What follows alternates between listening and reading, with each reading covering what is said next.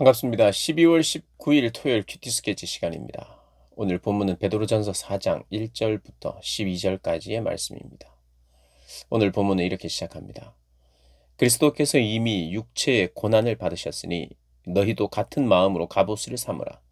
이는 육체의 고난을 받은 자는 죄를 그쳤음이니 그 후로는 다시 사람의 정욕을 따르지 않고 하나님의 뜻을 따라 육체의 남은 때를 살게 하려 함이라. 마지막 때를 살아가는 성도들, 이 땅을 어떻게 살아야 되는지를 베드로 사도가 계속해서 설명하고 있습니다. 금방 읽었듯이 어, 육체의 고난을 받으셨다. 그리스도께서 육체의 고난을 받으셨다. 너희도 같은 마음으로 갑옷을 삼으라. 예수를 닮게 되는 너희도 예수님을 따라 살면 고난을 받게 될 것이다. 이상하게 여기지 말라. 우리 주님도 받았고 그 고난은 어제 본문에 나온 것처럼 그리스도인의 표지다. 두려워하거나 근심할 필요가 없다. 마땅히 받아야 될 것이니까. 그래서 그것으로 그런 마음으로 갑옷을 입으라는 거예요. 이제 완충된다는 거죠. 그 정신과 마음. 예수님이 고난 받으셨고 그리스도를 따라가는 그곳에는 고난이 있고 자기가 져야 할 십자가가 있다는 것을 마음에 새기고 그것을 갑옷으로 삼으라는 거예요. 그것을 방패로 삼고 그것을 완충으로 삼으라는 거죠. 그런데 이는 육체의 고난을 받은 자가 죄를 그쳤습니다. 육체의 고난을 받는 자는 죄를 그친대요. 이 말은 그냥 육체의 고난을 받고 있으면 죄가 자동적으로 그쳐진다는 뜻이라기보다 주님을 따라 사는 사람, 그래서 육체의 고난을 받는 사람은 오히려 그 고난 중에 죄를 멀리하게 되어 있고 죄를 더 미워하게 되어 있다는 거예요. 고난을 받으면 자동적으로 죄가 미워진다는 뜻이라기보다 누구를 위하여 받는 고난인가? 그리고 고난받으면서도 누구를 생각하느냐에 따라서 그 죄는 그쳐진다는 거예요. 그리고 원래가 예수 믿는 사람은 죄를 안 지어야 되는 거죠. 그 죄를 짓는 것이 운명적으로 나는 뭐 아무리 잘 믿어도 죄는 지을 수밖에 없어. 이런 태도는 아닙니다. 우리가 죄를 짓지 않아야 되고 죄를 짓기 싫어야 되고 그리스도를 닮아가서 죄가 미워지고 죄가 역겨워지는 게 우리의 변화된 모습입니다. 그렇게 변화돼야 돼요.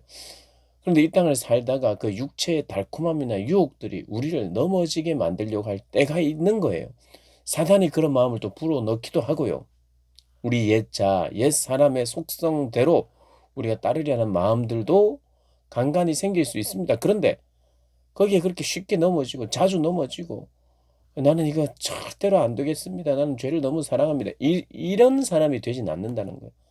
바로 그것이 즉시 잘못인 줄 알고 죄인 줄 알고 돌이키고 하나님 앞에 회개하고 이렇게 되는 거죠. 그런 면에서 예수님을 믿는 자라면 죄를 그친다는 거예요. 거기다가 육체의 고난까지 받는다면 더더욱 죄를 미워하고 그래서 그 고난이 유익하다는 것입니다. 그러면서 2절에 다시는 사람의 정욕을 따르지 않고 육체의 고난을 받으며 그 고난이 유익하고 죄를 그치면 내가 이 받는 고난을 생각하면서 내가 더 이상 내 정욕을 따라서 내 육체가 요구하는 대로 살면 이 고난은 받지 않아도 될 텐데 그렇게 내 그 육체를 거슬러 사는 나를 보면서 다시 한번 내 삶에 대해서 생각하게 되는 거죠. 내가 더 이상은 이 육체의 허망한 육체의 정욕을 따라서 살지 않고 하나님의 뜻을 따라 살아야겠다. 사도가 묻는 것입니다. 이제까지 너 자신만 사랑하면서 살았는데 네 남은 생에도 그렇게 살 것이냐? 육체의 정욕을 따르지 않고 하나님의 뜻을 따라 육체의 남은 때, 우리는 이 육체가 이 땅에 남아 있으면서 이렇게 사는 거죠. 육체의 남은 때를 하나님의 뜻을 따라 사는 사람. 정욕을 따라 살지 않고 하나님의 뜻을 따라 사는 인생이 되게 하시려고 우리 가운데 육체의 고난도 허락하시고 하신다는 겁니다. 그러면서 이 육체의 그 정욕에 대해서 3절부터 설명을 하는데, 음란과 정욕과 술 취한 방탕 향락 무법한 우상 숭배, 예전으로 족하다. 더 이상 돌아보지 말라는 겁니다. 그런데 이제 그렇게 세상을 쫓았던 내가 주님께 돌아오면 세상은 우리를 향하여 조롱한다는 겁니다. 여러분, 우리가 꼭 기억해야 됩니다. 세상은요, 세상이 교회를 조롱하지 않고 고난하지 않은 적은 단 한 번도 없습니다. 교회는 계속해서 고난받을 수밖에 없는 가치관을 가지고 있어요. 잘 기억하셔야 됩니다. 우리가 정말 말씀대로 잘 살면 세상이 교회를 핍박합니다. 기억하셔야 돼요. 예수님이 그 누구보다도 하나님의 뜻을 따라서 살았잖아요. 그런데 이 세상의 주관자인 사단이 그것을 못 봅니다. 어찌하든지 죽이려고 합니다. 십자가를 지게 합니다. 기억해야 돼요. 교회는 세상을 만나면 고난을 받습니다. 구별된 삶을 살면 고난을 받습니다. 그러면 우리가 세상과 구별되면 우리가 의로운 고난을 받고요. 교회가 세상을 닮으면 세상으로부터 욕을 먹습니다. 교회가 세상하고 똑같구나. 오히려 세상보다 더 나쁜 사람들이 있구나.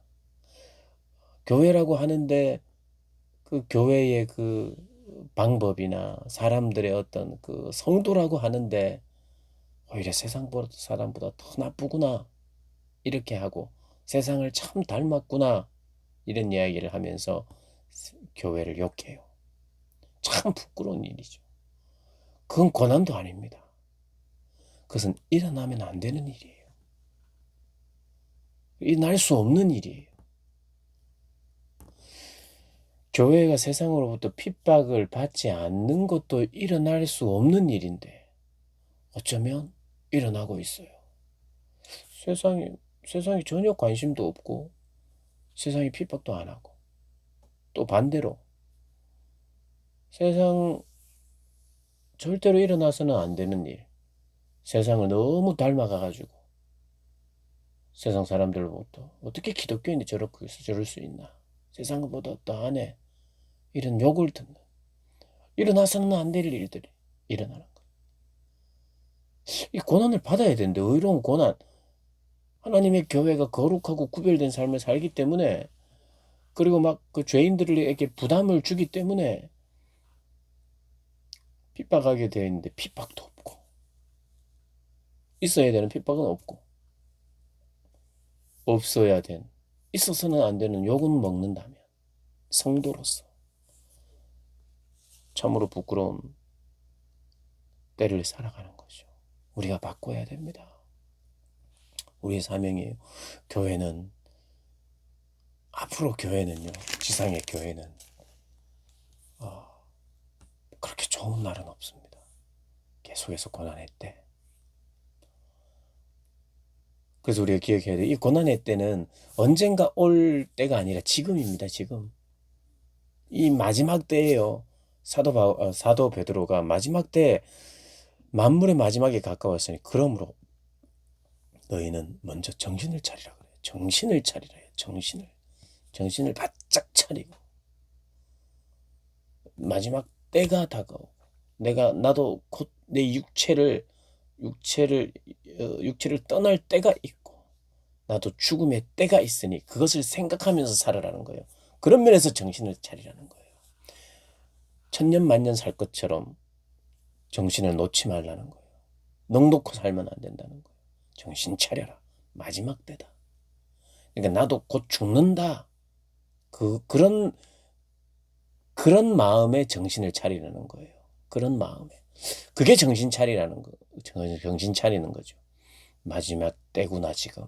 종말의 때를 살아가고 있구나. 우리 예수님이 재림하실 것이구나.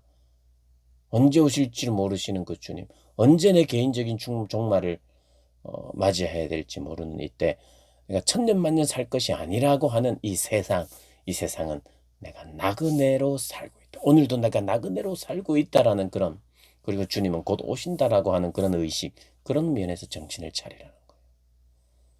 천년만년 살 것처럼 사는 것은 정신 못 차린 거예요. 정신을 차리고 근신하고 기도하라. 기도하는 겁니다. 기도해야 돼요. 정신을 차려야 기도할 수 있습니다. 분별해야 기도할 수 있습니다. 정신을 차리지 않고 기도하면 세상의 정욕을 따르는 기도를 합니다. 정신을 차려야 돼요. 정신을 차리지 않고 기도하면 세상의 정욕을 구하고 나만 사랑하고 나를 위해서만 기도하고 그런 종교성을 가지게 됩니다. 정신을 차려야 돼요. 그리고 이렇게 이야기합니다. 뜨겁게 사랑하라. 누구를요? 형제 자매를요. 형제 자매가 모여있는 교회를 사랑해야 돼요. 형제 자매들을 사랑하는 겁니다. 뜨겁게 사랑해라. 마지막 때에, 고난의 때에 사랑하래요. 사랑해야 합니다. 그리고 또 이런 말을 해요. 10절, 뜨겁게 사랑하고 사랑은 허다한 죄를 덮는다. 뜨겁게 사랑할 때 사랑은 허다한 죄를 덮는데요. 사랑을 하면 죄도 없었던 것처럼 해줄게 이런 뜻이 아니라 그 사랑을 하면 아버지와 아들의 관계를 깨뜨려 버리면서 탕자로 자기의 그 모든 유산을 창기와 함께 써버리는 집 나간 아들을 바라볼 때 그를 용서할 수 있는 원동력이 바로 사랑인 거예요. 그가 다 깨뜨려 놓고 갔지만 그 깨뜨렸던 것을 극복할 수 있는 그 힘, 그게 바로 사랑이거든요. 그래서 서로 사랑하라고 할 때 그 죄를 없었던 걸로 해주는 것이 아니라 그것을 덮어내는, 그를 정말 보고 싶었고 사랑했고 그래서 만나자마자 참 저런 천벌 받을 놈 오는구나가 아니라 뛰어가서 끌어안고 목에 뽀뽀를 하고 반지를 끼워주는, 죄송합니다. 반지를 끼워주는 그러한 일이 있는 것입니다. 사랑하면 허다한 죄를 덮는 그런 능력이 있는 것이.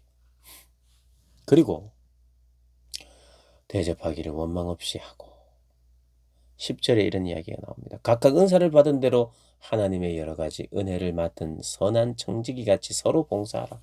선한 청지기 같이 서로 봉사하래요. 어디에서요? 몸된 교회에서. 여러분, 그래서 마지막 때를 살아가는 어떤 삶을 살아가야 되냐 요약해보면 정신 차리고 근신하여 기도하고 첫 번째, 두 번째는 뜨겁게 서로 사랑하고 세 번째는 봉사하라입니다. 하나님 은사를 주신 이유는 봉사하라고, 몸을 세우기 위해서, 하나님의 교회를 세우기 위해서, 성도에게 서로 도움이 되기 위해서 봉사하라는 겁니다. 자, 아까도 말씀드렸습니다. 교회는 고난이 없는 때가 없습니다. 영적 전쟁이 쉬지 않습니다. 그래서 교회는 전투적인 교회라고 이야기하죠. 싸우는 교회, 영적인 전쟁을 하는, 고난이 있습니다. 뭐 좀 편해지면, 잠잠해지면 제가 봉사할게요, 일할게요가 아니에요. 그런 날은 안 옵니다. 좀 서글플지 모르지만 교회는 세상과 구별되고 거룩한 공동체가 되면 세상으로부터 핍박을 받기 때문에 힘들어요. 고난이 있습니다. 정신 못 차리고 성도들이 정신 못 차리고 살다 보면 육체의 정욕을 따라 살기 때문에 세상으로부터 욕을 먹어요. 정신 못 차리고 살아도 욕먹고 정신 차리고 살면 핍박을 받고. 그러니까 교회가, 성도가 물론 그때그때 하나님이 높여주시기도 하고 역사도 하시고 다 하지만 여러분 성경의 인물을 보십시오. 그렇게 하나님 믿음으로 따라간 요셉도 그렇고 다니엘도 그렇고 그들이 보장된 삶이 어디 있습니까? 물론 뭐 요셉은 조금 좀 다르지만 다니엘을 보십시오. 어떻게 보장이 된 게 없잖아요. 그냥 살만하고 높은 자리에 있을만 하면 또 죽음의 위협이 있고 죽음의 위협이 있고 이러면 그렇습니다. 그때 나중에 사랑하겠다 하면 안 돼요. 지금 사랑해야 돼요. 나중에 봉사하겠다 하면 안 됩니다. 지금 해야 돼요. 지금 이제 코로나 시대에 올 한 해 그렇게 봉사한 것도 많이 없을 겁니다. 우리 뭐 고등부 친구들도 그렇고 우리 성도님들도 그렇고 내년 돼도 이 코로나가 언제까지 어떻게 있을지 몰라요. 앞으로 우리의 삶이 어떻게 될지 몰라요. 그런데 마지막이라는 걸 알아야 돼요. 마지막. 무엇을 할 것인가? 여러분 우리에게 주신 달란트를 가지고 은사를 가지고 봉사해야 돼요. 봉사. 봉사. 열심으로 봉사하고 열심으로 사랑해야 돼요. 정신 차리고 기도하면서. 그것이 우리가 살아야 될 삶이라는 거 반드시 기억하고요. 고난이 없고 뭐 삶이 바빠지는 게 좀 안 바빠지고 뭐 그러면 우리가 봉사를 스스로 할 수 없는 있는 게 아닙니다. 형제를 사랑할 수 있는 게 아닙니다.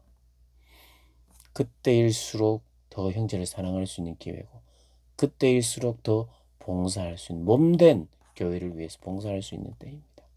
여러분 그거 꼭 기억하시고 마지막 때를 살아가시는 지혜롭게 살아가시는 우리 모든 성도님들이 되시기를 주님의 이름으로 축복합니다.